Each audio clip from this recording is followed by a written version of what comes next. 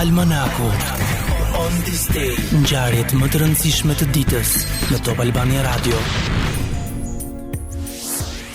Në vitin 437, Valentiniani III fillon mbretërimin mbi perandorinë romake të Perëndimit.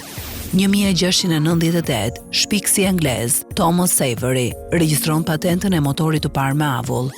1777, Vermonti bëhet territori parë amerikan që heq skllavërinë. 1853, ushtria ruse ka përsen lumin Pruth në principatat e Danubit, Moldavi dhe Vllahi, duke ndezur shkëndijën për luftën e Krimes.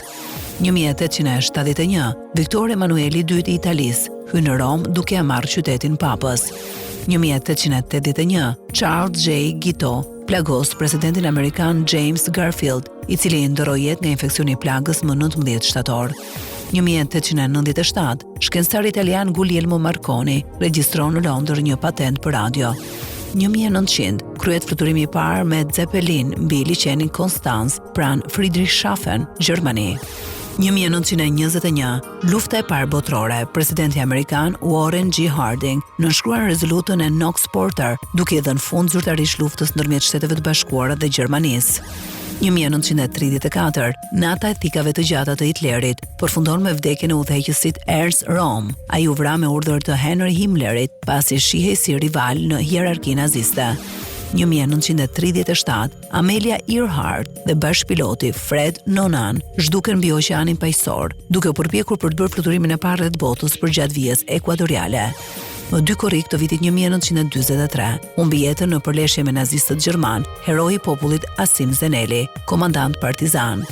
1961, Ketchum, Idaho, Ernest Hemingway u gjeti vdekur në shtëpinë e tij, goditur në kokë me armë gjahu. Gruaja e tij, Maria, tha se ai kishte vrarë veten aksidentalisht ndërsa po pastronte armën.